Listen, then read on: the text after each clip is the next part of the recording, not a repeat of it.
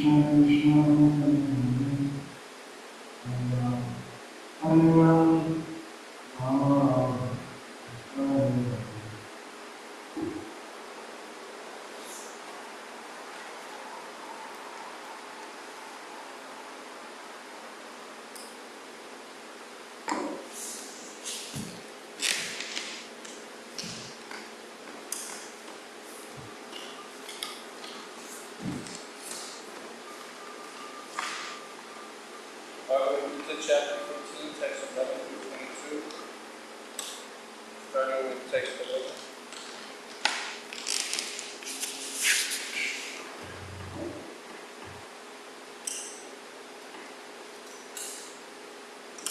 Vedanto yogaschana pasyantyatman ye pasyantyatman yogastitam yadanto tekvitatman Narayam Pasyanti Chedasa.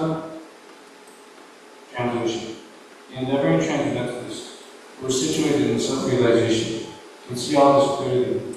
Those who are not situated in self-realization cannot see what is taking place, though they may try to.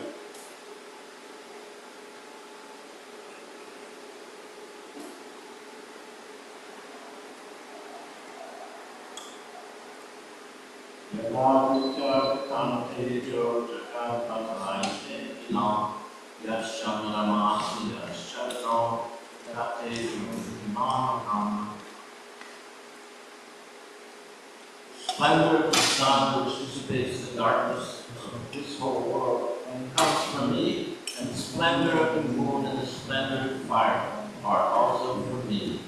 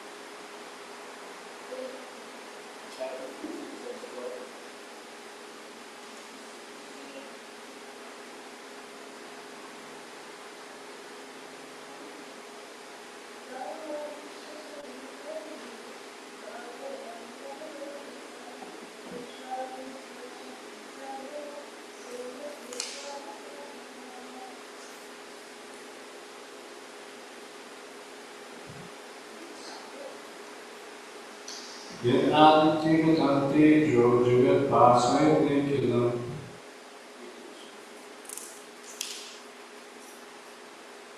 Text 13. Kama Vishya Bhutani Dharyaya Ojasa Pushnani Cha Joshit Sarva Somo Bhutva Rasakampa. Translation. I enter into each planet, and by my energy they stay in orbit. I become a moon, and thereby supply the juice of life to all vegetables.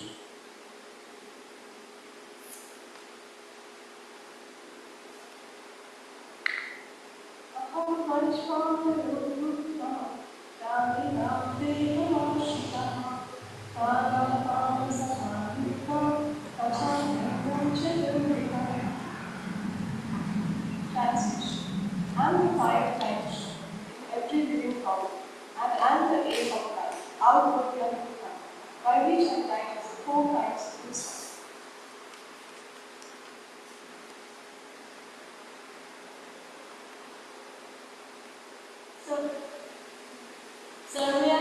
सर्वस्याक्षामृति सहिष्ठो मतस्मृति ज्ञानाम् अपोहनं च वेदस्य सर्वैकम् एव अवेद्यो Vedanta eva chaham. Translation. That was bad. I am seated in everyone's heart, and from me come remembrance, knowledge, and forgetfulness. By all the Vedas am I to be known. Indeed, I am the compiler of Vedanta, and I am the knower of the Vedas.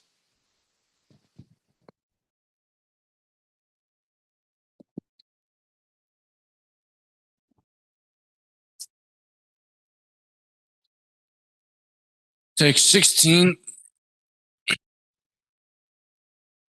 Vavimo purusho loke shara evacha shara sarvani bhutani kutasto shara uchyate. Translation. There are two classes of beings, the fallible and the infallible. In the material world, every entity is fallible, and in the spiritual world, every entity is called infallible.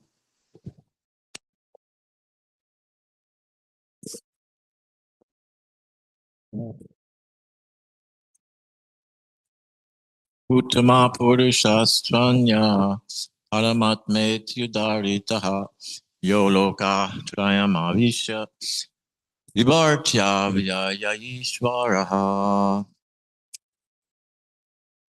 Translation. Besides these two, there is the greatest living personality, the Lord Himself, who has entered into these worlds and is maintaining them.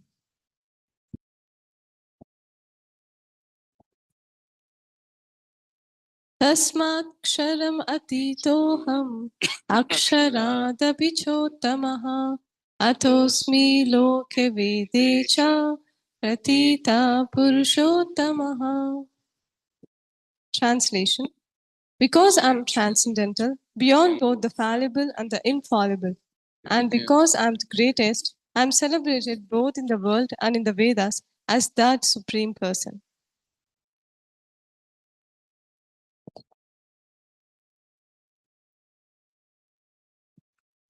Yo mam evam asamudho Gyanati Purushottamam Sarvavid Bhajati Mam Sarva Bhavanena Bharata.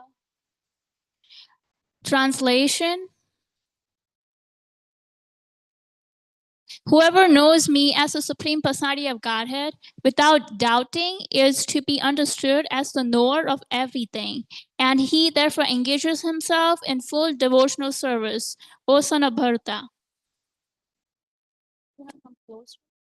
Text 20. Iti guhyatamam shastram idam uktam maya nakha etad budhva buddhiman syat krita krityascha bharata. Translation. This is the most confidential part of the Vedic scriptures, O sinless one, and it is now disclosed by me. Whoever understands this will become wise, and his endeavors will know perfection.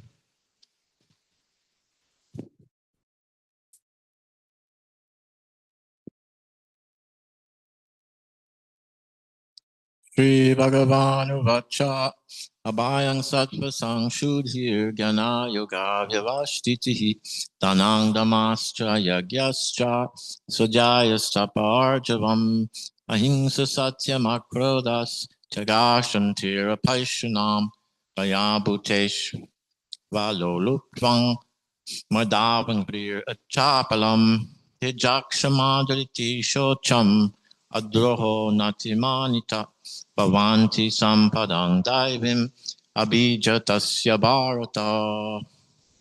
Translation. The Blessed Lord said, fearlessness, purification of one's existence, cultivation of spiritual knowledge, charity,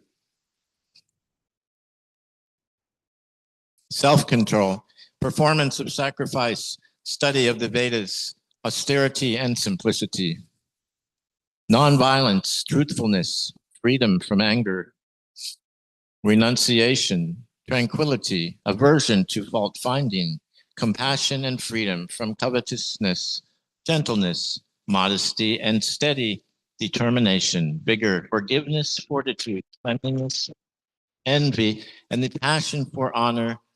These transcendental qualities, O son of Bharata, belong to godly men endowed with divine nature.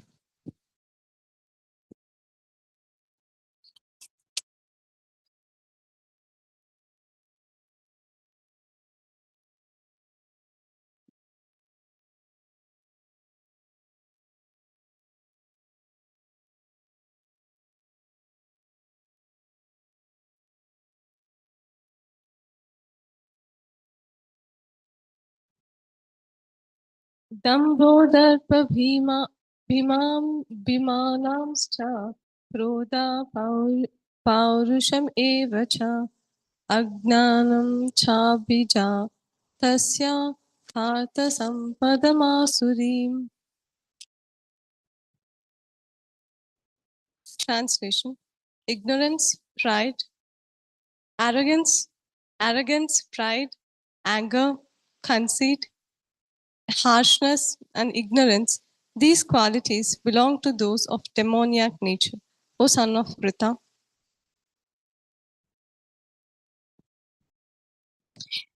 Daivi sampati mokshaya nibhandaya surimata masu shucha sampatam daivim abhichatoshi pantava. Translation. The transcendental qualities are conducive to liberation, whereas the demonic qualities make for bondage. Do not worry, O son of Pantu, for you are born with the divine qualities. Back to text 11, chapter 15.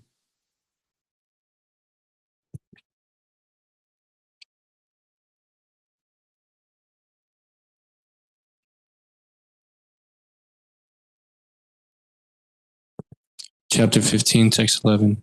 Translation. The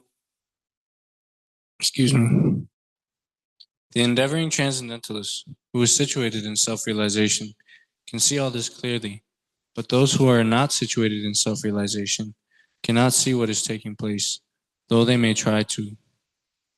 Purport. There are many transcendentalists in the path of spiritual self-realization, but one who is not situated in self-realization cannot see how things are changing in the body of the living entity. The word yoginaha is significant in this connection. In the present day, there are many so-called yogis, and there are many so-called associations of yogis, but they are actually blind in the matter of self-realization.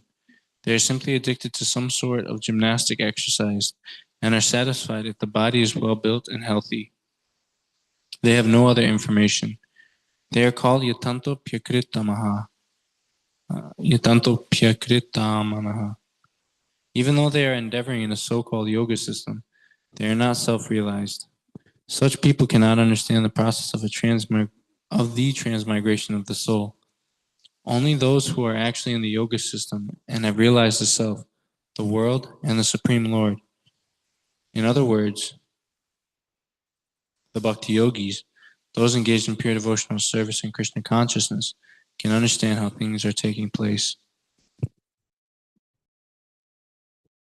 Yadaditya gatang tejo jagat basaya te kilam yats chandramasi yats chagno tat tejo vidimamakam.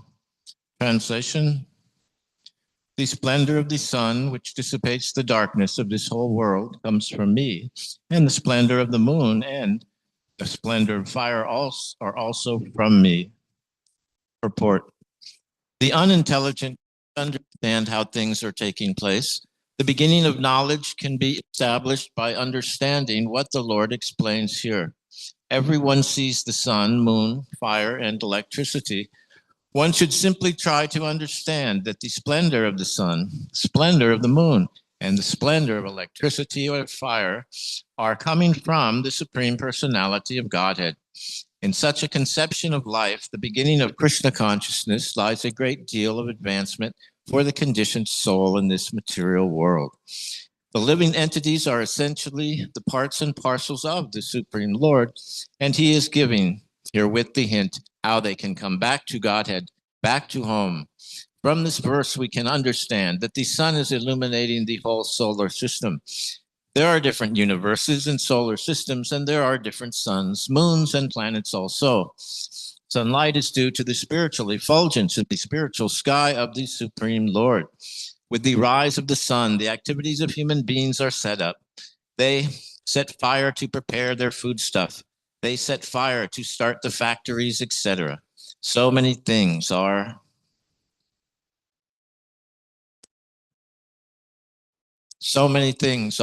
done with the help of fire.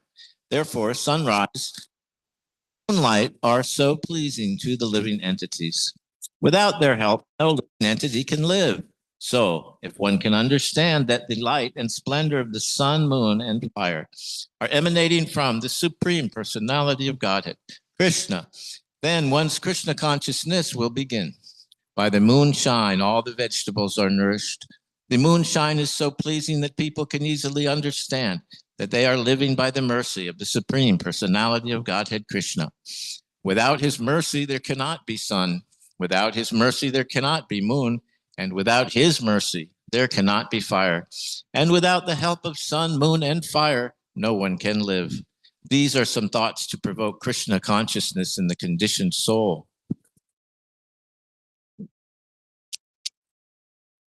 गामाविश्य च भूतानि धारयाम्यहमोजसा पुष्णामि चौषधी सर्वा सोमो भूत्वा रसात्मकः. Translation: I enter into each planet, and by my energy they stay in orbit. I become the moon and thereby supply the juice of life to all vegetables. Purport: it is understood that all the planets are floating in the air only by the energy of the Lord.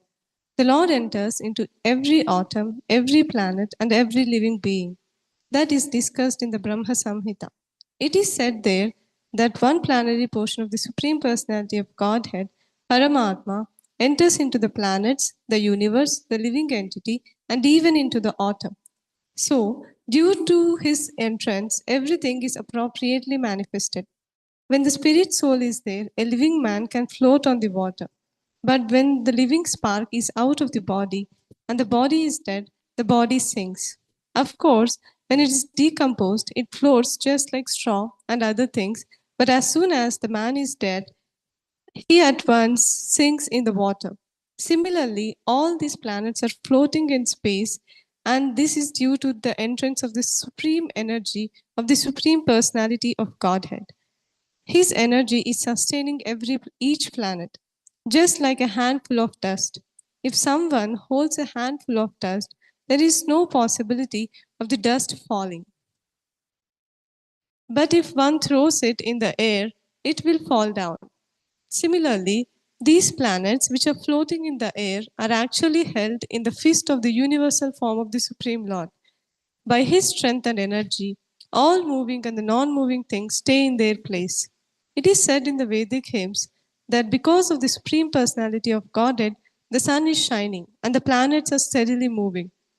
Were it not for him, all the planets would scatter like the dust in air, and perish. Similarly, it is due to the Supreme Personality of Godhead that the moon nourishes all vegetables.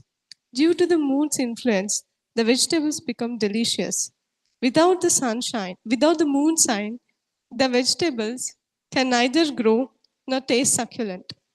Human society is working, living comfortably, and enjoying food due to the supply from the Supreme Lord. Otherwise, mankind would not survive. The word rasatmakaha is very significant. Everything becomes palatable by the agency of the Supreme Lord through the influence of the moon.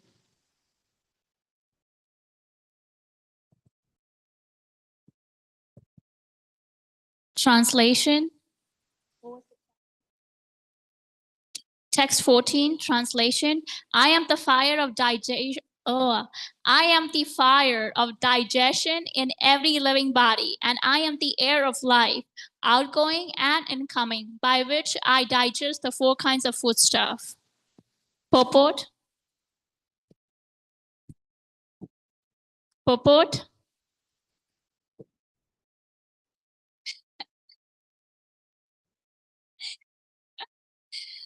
According to Ayurvedic Shastra, we understand that there is a fire in the stomach which digests all food sent there.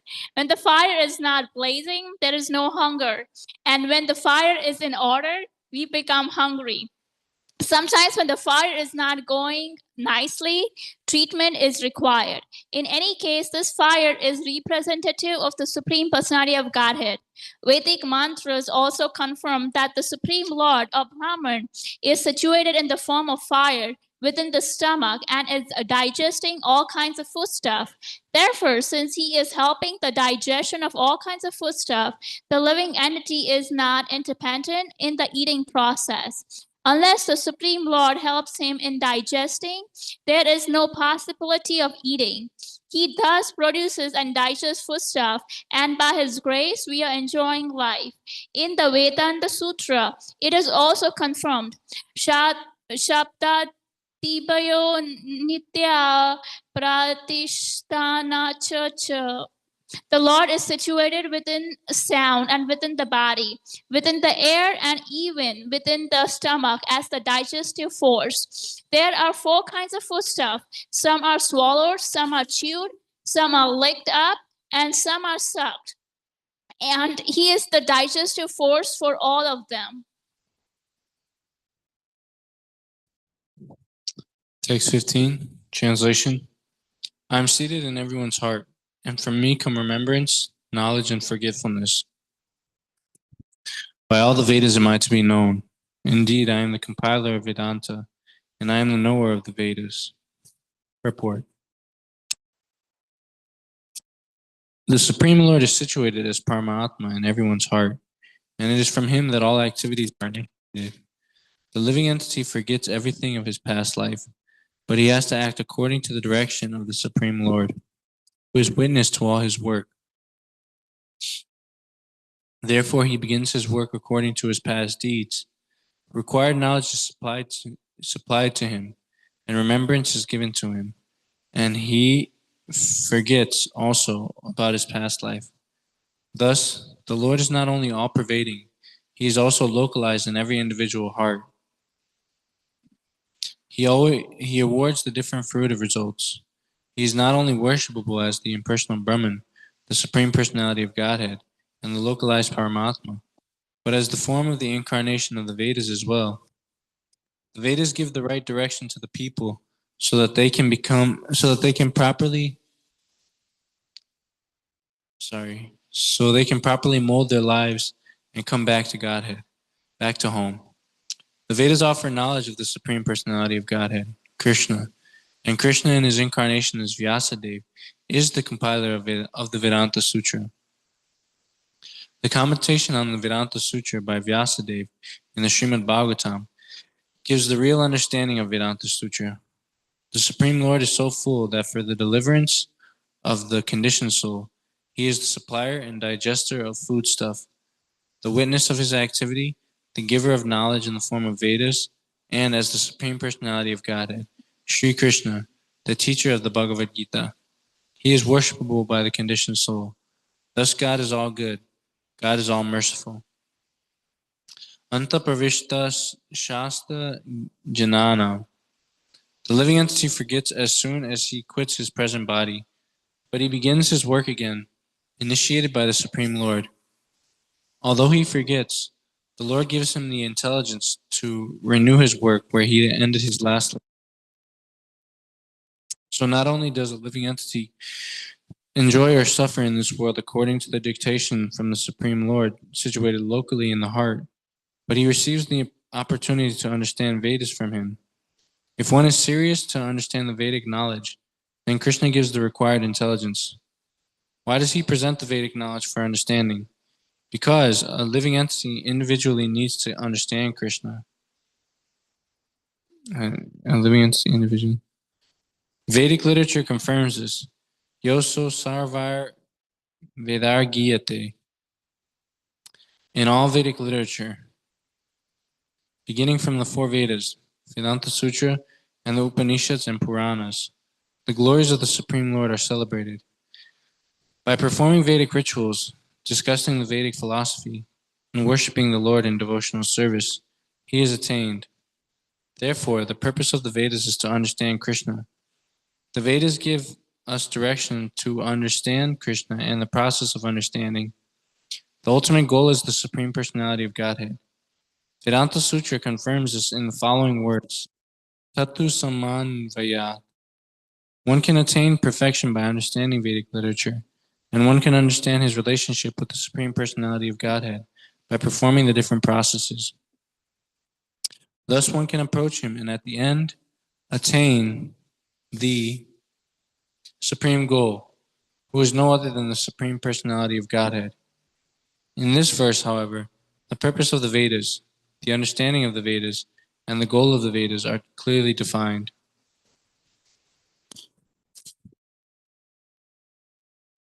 Text 16.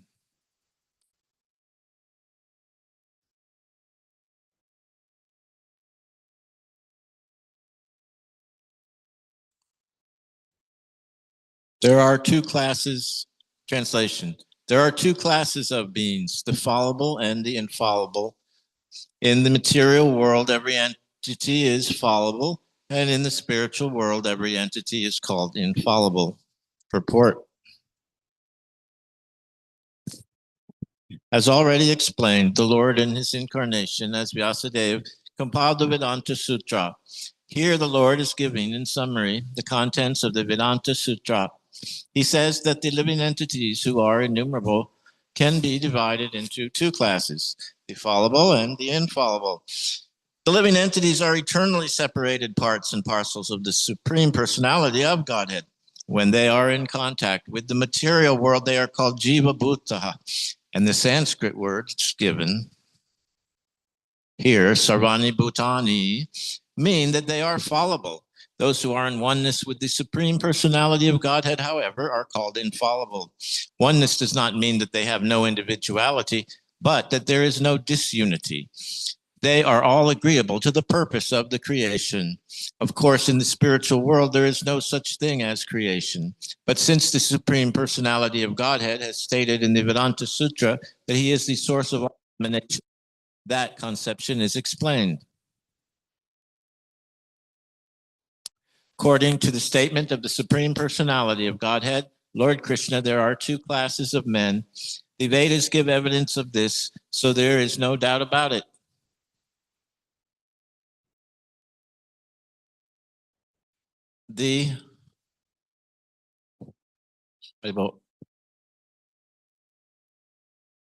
Huh?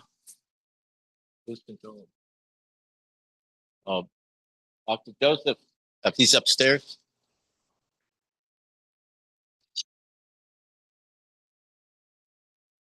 The Vedas give evidence of this, so there is no doubt about it. According to the statement of the Supreme Personality of Godhead, Lord Krishna, there are two classes of men. The Vedas give evidence of this, so there is no doubt about it.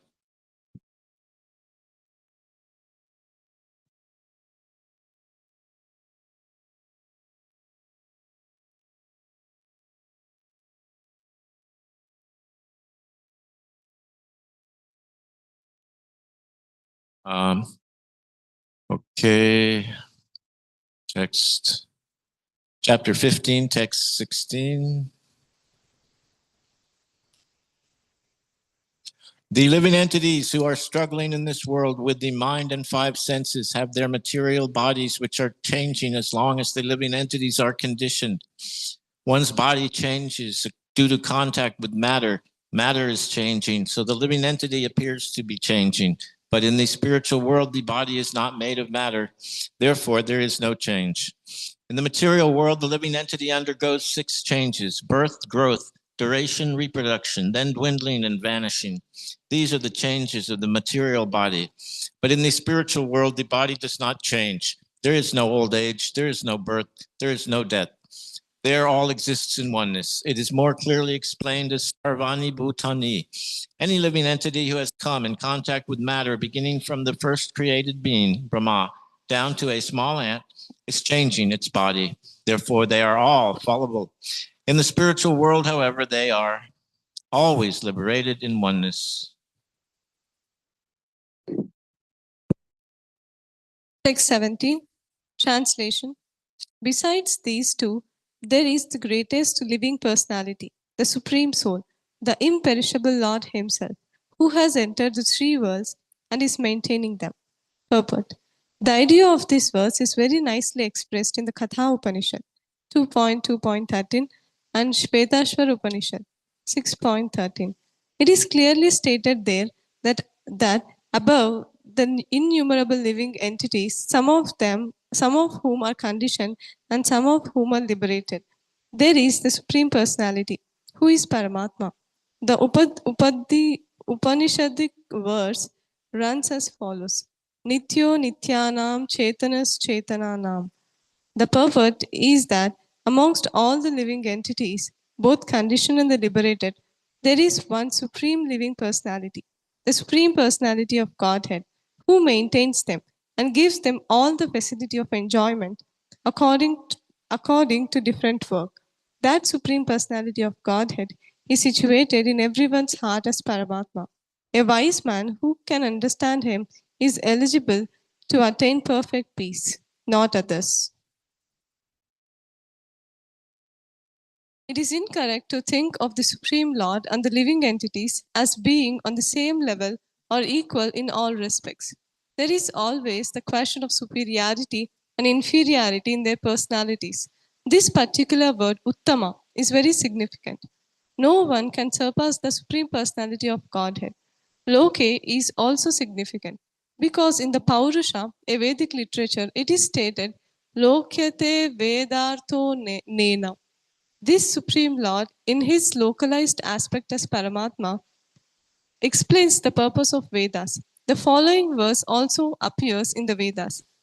Tavad esha samprasado smak charirat samuthaya param jyotirupam sampadya svena Rupenabhispadyate sa uttama purushaha. The super soul coming out of the body enters the impersonal Brahma Jyoti. Then in his form, he remains in his spiritual identity. That supreme is called the Supreme Personality. This means that the Supreme Personality is exhibiting and diffusing his spiritual effulgence, which is the ultimate illumination. That Supreme Personality has a localized aspect as Paramatma. By incarnating himself as the son of Satyavati and Parashara, he explains the Vedic knowledge as Veda Vyasadeva.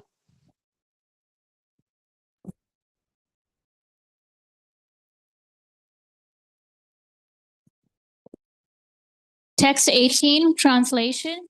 Because I am transcendental, beyond both the fallible and the infallible, and because I am the greatest, I am celebrated both in the world and in the Vedas as that supreme person.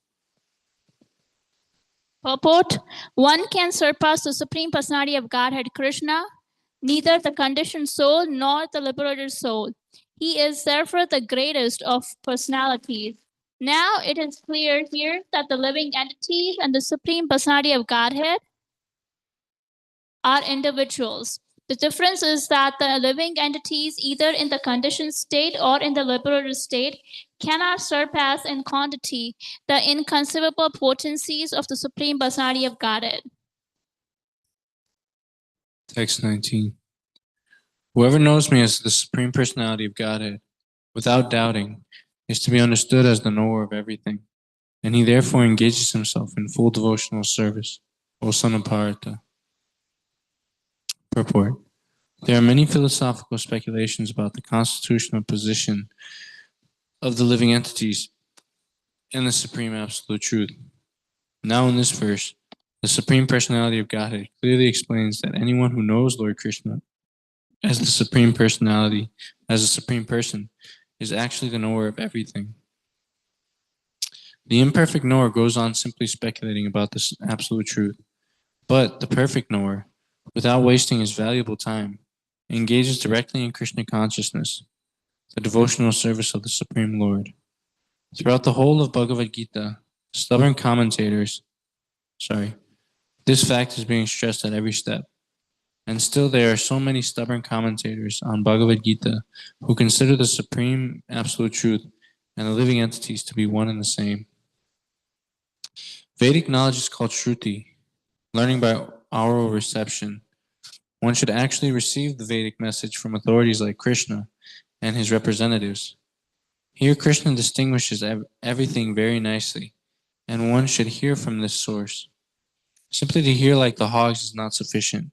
One must be able to understand from the authorities.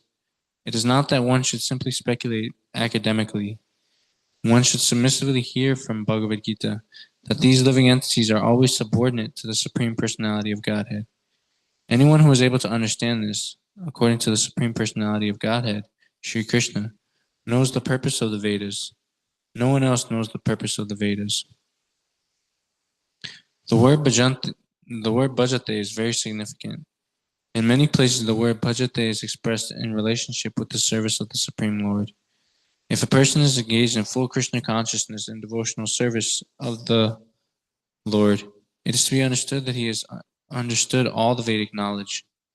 In the Vaishnava Parampara, it is said that if one is engaged in the devotional service of Krishna, then there is no need for a spiritual process to understand the Supreme Absolute Truth. He has already come to the post because he is engaged in the devotional service of the Lord. He has ended all preliminary processes of understanding. Similarly, if anyone, after speculating for hundreds of thousands of lives, does not come to the point that Krishna is the Supreme Personality of Godhead and that one has to surrender there, all his speculations for so many years and lives is a useless waste of time. Text 20. Translation. This is the most confidential part of the Vedic scriptures, O sinless one, and it is disclosed now by me.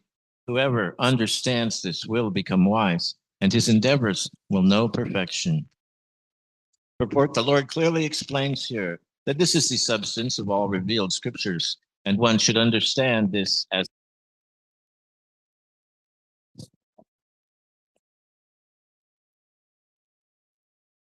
and perfect in transcendental knowledge. In other words, by understanding this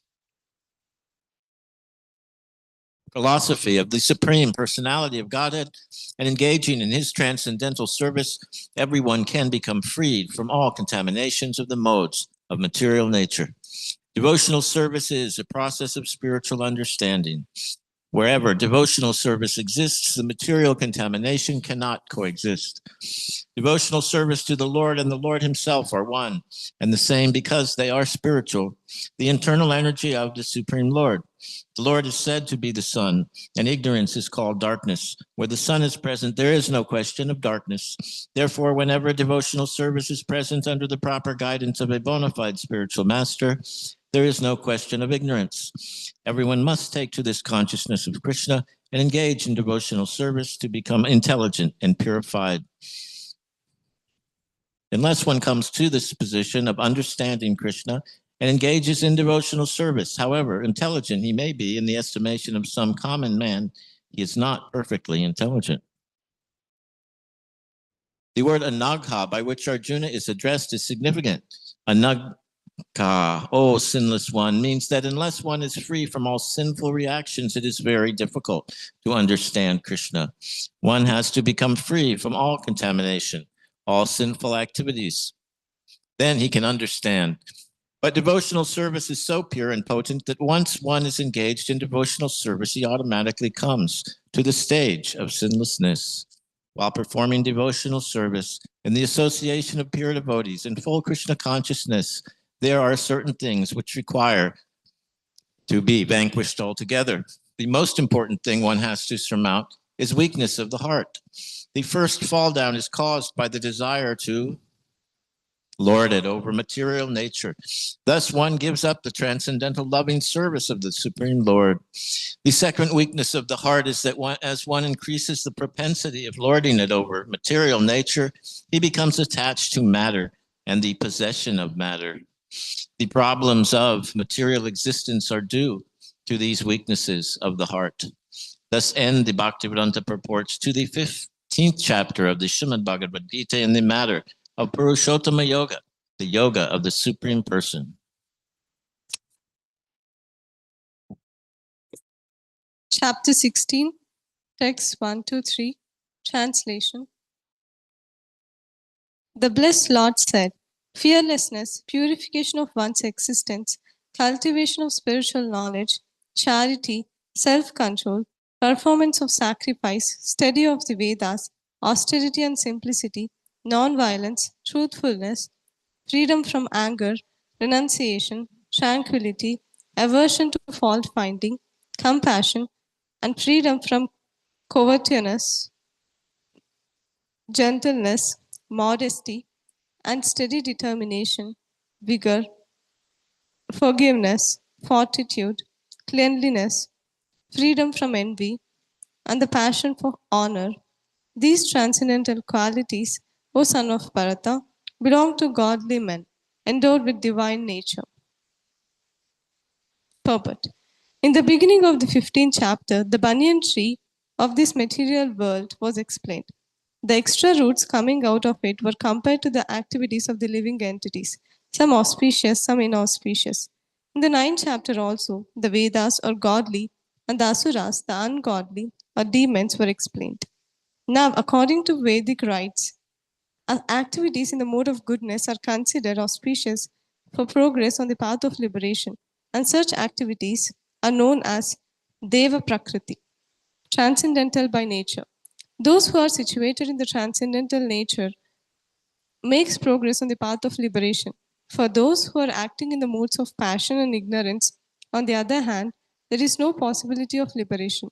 Either they will have to remain in this material world as human beings, or they will descend among the species of animals or even lower life forms. In the 16th chapter, the Lord explains both the transcendental nature and its attendant qualities, as well as the demoniac nature and its qualities. He also explains the advantages and the disadvantages of these qualities. The word abhijatasya, in reference to one bond of transcendental qualities or godly tendencies, is very significant. To beget a child in a godly atmosphere is known in the Vedic scriptures as Garbhodana Samskara. If the parents want a child in a godly qualities, they should follow the 10 principles of the human being. In the Bhagavad Gita, we have studied also before that sex life for begetting a good child is Krishna himself. Sex life is not condemned, provided the process is used in Krishna consciousness. Those who are in Krishna consciousness at least should not beget children like cats and dogs, but should beget them so they may become Krishna conscious after birth. That should be the advantage of children born of a father or mother absorbed in Krishna consciousness. The social institution known as Varnashrama Dharma, the institution divided society into 4 divisions or castes. It is not meant to divide human society according to birth. Such divisions are in terms of educational qualifications. There are to keep the society in the state of peace and prosperity. The qualities mentioned herein are explained as transcendental qualities meant for making a person progress in spiritual understanding so he can get liberated from the material world. In the Varnashrama institution, the sannyasi or the person in the renounced order of life is considered to be the head or the spiritual master of all social status and orders. A Brahmana is considered to be a spiritual master, and the three other sections of society, namely the Kshatriyas, the Vaishyas, and the Shudras. But a sannyasi who is on the top of the institution is considered to be the spiritual master of the Brahmanas also. For a sannyasi, the first qualification should be fearlessness, because the sannyasi has to be alone without any support or guarantee of support. He has simply to depend on the mercy of the Supreme Personality of Godhead. If he thinks, after leaving my connections, who will protect me? He should not accept the renounced order of life. One must be fully convinced that Krishna, or the Supreme Personality of Godhead, in his localized aspect as Paramatma, is always within, that he is seeing everything, and he always knows what one intends to do. One must thus have firm conviction that Krishna as Paramatma will take care of the soul surrendered to him. I shall never be alone, one should think. Even if I live in the darkest regions of the forest, I shall be accompanied by Krishna, and he will give me all protection. That conviction is called abhayam, without fear. This state of mind is necessary for a person in the renounced order of life. Then he has to purify his existence. There are so many rules and regulations to be followed in the renounced order of life. Most important of all, a sannyasi is strictly forbidden to have any intimate relationship with a woman. He is even forbidden to talk with a woman in a secluded place. Lord Chaitanya was an ideal sannyasi, and when he was at Puri, his feminine devotees could not even come near to offer their respects. They were advised to bow down from a distant place.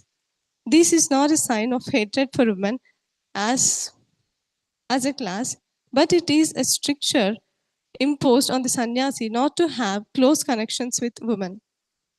One who has to follow the rules and regulations of the particular status of life in order to purify his existence. For a sannyasi, intimate relations with women and possessions of wealth for sense gratification are strictly forbidden. The ideal sannyasi was Lord Chaitanya himself, and we can learn from his life that he was very strict in regards to women. Although he is considered to be the most liberal incarnation of Godhead, accepting the most fallen conditioned souls, he strictly followed the rules and regulations of the sannyasa order of life in connection with the association with women. One of his personal associates, named Chota Haridasa, was personally associated with Lord Chaitanya, along with his other confidential personal associates. But somehow or other, this Chota Haridasa looked lustily on a young woman, and Lord Chaitanya was so strict that he at once rejected him from the society of his personal associates. Lord Chaitanya said, for a sannyasi or anyone who is aspiring to get out of the clutches of material nature and trying to elevate himself to the spiritual nature and go back home, back to Godhead, for him, looking towards material possessions and women for sense gratification, not even enjoying them, but just looking towards them with such a propensity is so condemned that he had better commit suicide before experiencing such illicit desires. So these are the processes for purification. The next item is Gnana Yoga Vyavastitaha. Vyavastitihi. Being engaged in the cultivation of knowledge, sannyasi life is meant for distributing knowledge to the householders and others who have forgotten their real life of spiritual advancement. A sannyasi is supposed to beg from door to door for his livelihood, but this does not mean that he is a beggar. Humility is also one of the qualifications of the transcendentally situated person, and out of sheer humility, the sannyasi goes from door to door, not exactly for the purpose of begging, but to see the householders and awaken them to Krishna consciousness. This is the duty of a sannyasi. If he is actually advanced and so ordered by his spiritual master, he should preach Krishna consciousness with logic and understanding. And if he is not so advanced, he should not accept the renounced order of life. But even if he has accepted the renounced order of life without sufficient knowledge, he should engage himself fully in hearing from the bona fide spiritual master to cultivate knowledge. A sannyasi or one in the renounced order of life must be situated in fearlessness, sattva samshuddhihi, purity, and gnana yoga, knowledge. The next item is charity. Charity is meant for the householders. The householder should earn a livelihood by an honorable means and spend 50% of their income to propagate Krishna consciousness all over the world. Thus, a householder should give in charity to such institutional societies that are engaged in that way. Charity should be given to the right receiver. There are different kinds of charities, as will be explained later on. Charity in the mode of goodness, passion, and ignorance. Charity in the mode of goodness is recommended by the scriptures, but charity in the mode of ignorance, passion, and ignorance is not recommended because it is simply a waste of money. Charity should be given only to propagate Krishna consciousness all over the world. That is charity in the mode of goodness. Then, as far as Dhamma, self control, is concerned, it is not only meant for other orders of religious society, but is especially meant for the householder. Although he has a wife, a householder should not use his senses for sex life unnecessarily. There are restrictions for the householders even in sex life, which should only be engaged in for the propagation of children. If he does not require children, he should not enjoy sex life with his wife. Modern society enjoys sex life with contraceptive methods or more abominable methods to avoid the responsibility of children. This is not the transcendental quality, but is demoniac. If anyone, even if he is a householder, wants to make progress in spiritual life, he must control his sex life and should not beget a child without the purpose of serving Krishna. If he is able to beget children who will be in Krishna consciousness, one can produce hundreds of children. But without this capacity, one should not indulge only for sense pleasure.